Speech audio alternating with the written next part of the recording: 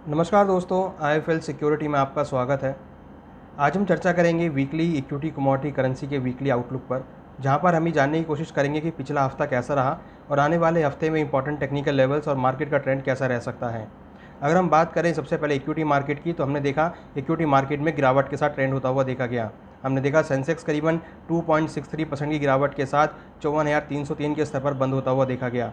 वहीं हमने देखा कि निफ्टी के अंदर भी करीबन 2.25% की गिरावट रही और निफ्टी करीबन 16,200 के स्तर पर बंद होता हुआ देखा गया। हमने देखा पिछले हफ्ते मार्केट में एक रिबाउंड देखने को मिला और लास्ट दिनों में हायर लेवल से बिकवाली देखने को मिली। अगर हम अगले हफ्ते की बात करें तो यहाँ पर मार्केट में एक इंपॉर्टेंट सपोर्ट 15,800 पे रह सकता है और रेजिस्टेंस करीबन 16,480 का रहेगा। हमें लगता है कि आने वाले दिनों में मार्केट में कुछ गिरावट के साथ ट्रेड देखने को मिल सकता है। हालांकि 15,800 as a strong support market के लिए ट्रीट करेगा। कहीं ना कहीं देखें तो हायर लेवल्स पर हम दबाव देख रहे हैं। हमें लगता है कि मार्केट में कुछ हायर लेवल से बिकवाली का ट्रेंड देखने को मिल सकता है और एक्सपेक्टेड है कि भाव नीचे 15,800 के आसपास सपोर्ट ले सकते हैं। अब हम बात करते हैं कमोडिटी मार्केट की, तो यहाँ पर अगर हम गोल्ड की बात करें तो गोल्ड के भावों में हमने लोअर लेवल से रिकवरी आते हुए देखी और गोल्ड के भाव करीबन 1.25% की तेज़ी के साथ 51,701 के स्तर पर बंद होने में कामयाब रहे। वहीं अगर हम इंटरनेशनल मार्केट की बात करें तो स्पॉट के अंदर भी 1% की तेज़ी रही और गोल्ड के भाव $1870 के ऊपर क्लोज होने में कामयाब रहे। कहीं ना कहीं डॉलर इंडेक्स में गिरावट के साथ यूएस के बेकार जो इन्फ्लेशन के डेटा आए उसकी वजह से और यूएस के जो ख़राब डेटा देखने को मिले उसकी वजह से यहाँ पर गोल्ड को सपोर्ट आता हुआ देखा गया और हमने गोल्ड के भावों में एक लोअर लेवल पर रिकवरी आते हुए देखी। अगले हफ्ते के लिए गोल्ड के लिए इंपॉर्टेंट सपोर्ट 51,200 का रहेगा और रेजिस्टेंस करीबन 52,600 का रहेगा। हमें लगता है अगले हफ्ते गोल्ड में तेजी का रुख देखने को मिल सकता है और भाव ऊपर में 52,000 से लेकर 52,500 तक के स्तर को छू सकते हैं। इंटरनेशनल मार्केट में एक्सपेक्टेड है $1,890 तक के लेवल गोल्ड में देखने को मिल सकते हैं। यहाँ पर हमें लगता है ट्रेंड पॉजिटिव हो सकता है। वहीं अगर हम सिल्वर की बात करें तो एमसीएक्स सिल्वर के भाव करीबन 0.5% की तेज़ी के साथ 61,929 के स्तर पर बंद होने में कामयाब रहे। वहीं अगर हम इंटरनेशनल मार्केट की बात करें तो वहाँ पर मार्केट फ्लैट नोट पर क्लोज रही। सिल्वर में इंपॉर्टेंट सपोर्ट 60,800 का रहेगा और रेजिस्टेंस करीबन 62,500 का रहेगा।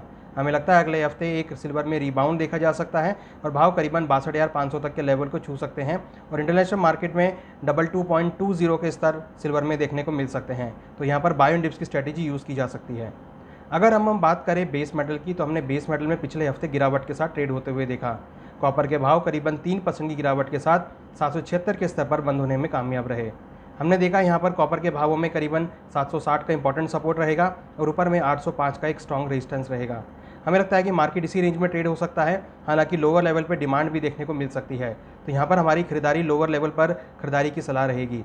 एक्सपेक्टेड है कॉपर के भाव नेक्स्ट वीक में रिबाउंड हो सकते हैं और ऊपर में 790 तक के लेवल देखने को मिल सकते हैं। जिंक के अंदर भी हमने गिरावट देखी और भाव करीबन 4% की गिरावट के साथ 320 के स्तर पर बंद होते हुए दिखाई दिए। जिंक में ही महत्वपूर्ण सपोर्ट 312 का रहेगा और रेजिस्टेंस करीबन 336 का रहेगा। हमें लगता है अगले हफ्ते जिंक के भावों में भी लोअर लेवल पर खरीदारी देखी जा सकती है और भाव ऊपर 327 से लेकर 330 तक के लेवल को छू सकते हैं। जहाँ तक बात करें एल्युमिनियम की, तो एल्युमिनियम के भावों में अगेन हमने एक कंटिन्यूस गिरावट आते हुए देखी। एल्युमिनियम के भाव 2% से ज़्यादा की गिरावट के साथ 228 के स्तर पर बंद होते हुए देखे गए। एल्युमिनियम में स्ट्रॉन्ग सपोर्ट 222 का रहेगा, रेजिस्टेंस 235 का रहेगा। एक्सपेक्टेड है यहाँ पर भी लोअर लेवल पर खरीदारी देखने को मिल सकती है और भाव करीबन 232 से लेकर 235 तक के स्तर को छू सकते हैं। बात करते हैं एनर्जी सेगमेंट की, तो हमने देखा सबसे ज़्यादा आउट परफॉर्मेंस एनर्जी सेगमेंट में देखने को मिली। क्रूड के भाव अगेन करीबन 2% की तेज़ी के साथ 9,399 के स्तर पर बंद होते हुए देखे गए। इंटरनेशनल मार्केट में $121-122 तक के लेवल, $123 तक के लेवल हमने आते हुए देखे। डिमांड बढ़ने की वजह से सप्लाई घटने के कारण हमने प्राइसेस में एक अपसाइड मोमेंटम आते हुए देखा। हमारा मानना है कि आने वाले दिनों में क्रूड के भाव 125 से लेकर $128 के लेवल को छू सकते हैं।